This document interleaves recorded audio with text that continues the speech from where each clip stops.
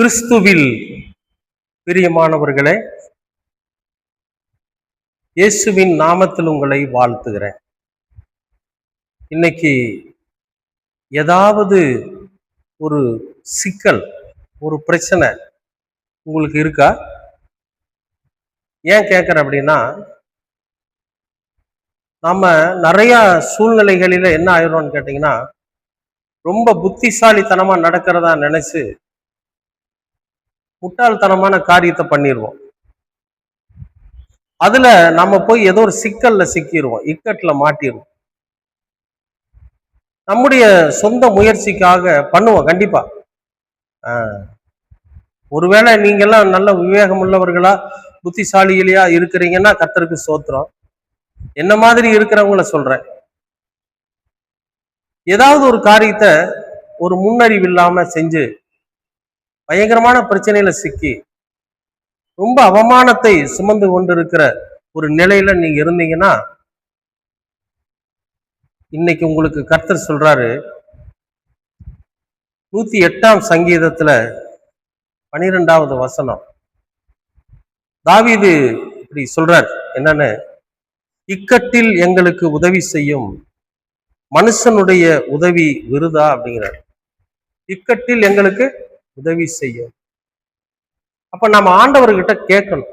என்னன்னு, ஆண்டவரே, நாங்க தப்பு பண்ணிட்டோம், எங்களுடைய சொந்த முயற்சியினால, எங்களுடைய அறிவினால ஏதோ ரொம்ப புத்திசாலித்தனமா செய்யறதா நினைச்சு இந்த காரியத்தை செஞ்சு நான் ரொம்ப சிக்கல்ல இக்கட்டுல மாட்டிட்டேன், இனிமே அது போல செய்ய மாட்டேன்னு சொல்லி ஆண்டவர்கிட்ட கேட்கணும். இக்கட்டுல நீங்க எனக்கு உதவி செய்யுங்க, இந்த சிக்கலில் இருந்து நான் விடுபடணும், இந்த இக்கட்டில் இருந்து நான் விடுபடணும், இந்த கடன் பிரச்சனையிலிருந்து நான் விடுபடணும், இந்த வழக்கிலிருந்து நான் விடுபடணும் அப்படின்னு ஆண்டவர்கிட்ட கேட்கணும். எந்த மனுஷனையும் நம்ப முடியாது. ஏன்னா மனிதர்கள் உதவி செய்வாங்க, அப்படியே செஞ்சாலும் அது நிரந்தரமா இருக்காது. ஏதோ அப்போதைக்கு அப்படி ஒரு சில உதவிகளை செஞ்சு ஒரு ஆறுதலுக்காக செஞ்சிருவாங்க. ஆனா ஆண்டவர் அப்படிப்பட்டவர் அல்ல.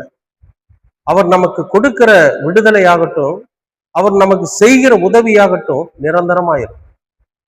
அதனாலதான் ஒருவேளை நீங்க ஏதாவது பிரச்சனையில இருந்தா, ஏதாவது இக்கட்டுல இருந்தா, ஏதோ சிக்கல்ல மாட்டி இருந்தா, அல்லது ஏதாவது ஒரு கேஸ்ல வழக்குல நீங்க சிக்கி இருந்தீங்கனாலும் என்ன பண்ணுங்க, எதனால நாம இந்த வழக்குல சிக்கணும் அப்படிங்கிறத உணர்ந்து, எதனால நாம இப்படிப்பட்ட இக்கட்டுல சிக்கி இருக்கிறோம் அப்படிங்கிறதையும் உணர்ந்து ஆண்டவரோட சமூகத்துல நம்மை ஒப்படைச்சு இந்த சிக்கலில் இருந்து என்ன எப்படியாவது விடுதலை பண்ணுங்க, இந்த இக்கட்டில் இருந்து எப்படியாவது என்னை வெளியே கொண்டு வாங்க, இந்த கடன் பிரச்சனையிலிருந்து எப்படியாவது என்னை வெளியே கொண்டு வாங்க, நான் என்ன பண்ணட்டும் அப்படின்னு ஆண்டவரோட சமூகத்துல நாம உட்கார்ந்து கேட்கிறப்போ அவர் நமக்கு நல்ல ஆலோசனை கொடுத்து நாம அதிலிருந்து விடுவிக்கப்படத்தக்கதான நல்ல ஒரு ஆரோக்கியமான வழியை நமக்கு காண்பிப்பார். அன்பானவர்களே, இந்த காலை நேரத்துல கர்த்தர் நமக்கு கொடுக்கிற ஒரு விஷயம் என்னன்னா, நீங்க எந்த பிரச்சனையில சிக்கியிருந்தீங்கனாலும் சரி, எப்படிப்பட்ட இக்கட்டான சூழ்நிலை உங்க வாழ்க்கையில இப்ப இருந்தாலும் சரி, கடன் பிரச்சனையா அல்லது வேற யாருக்காவது ஜாமீன் போட்டு பிரச்சனையில சிக்கிட்டீங்களா, இந்த மாதிரி எது இருந்தாலும் சரி, கடவுள்கிட்ட மண்டியை போடுங்க. ஆண்டவராகிய இயேசு கிறிஸ்து என்ன சொல்றாரு, நீங்க என்னிடத்துல வாங்க, நான் உங்களை விடுவிக்கிறேன்னு சொல்றாரு. நிச்சயமாகவே நாம் விடுதலையாக்கப்படுவோம். நீங்கள் விடுதலையாக்கப்படுவீர்கள், இக்கட்டில் இருந்து விடுவிக்கப்படுவீர்கள், சிக்கலில் இருந்து நீங்கள் விடுவிக்கப்படுவீர்கள். அன்பானவர்களே, செலந்தி வலையில சிக்கின பூச்சி மாதிரி பல இடங்கள்ல எனக்கு பல பிரச்சனையில நான் அப்படியே மாட்டிக்கிட்டு புழுவா தவிக்கிறேன் அப்படின்னு சொல்லுவாங்க.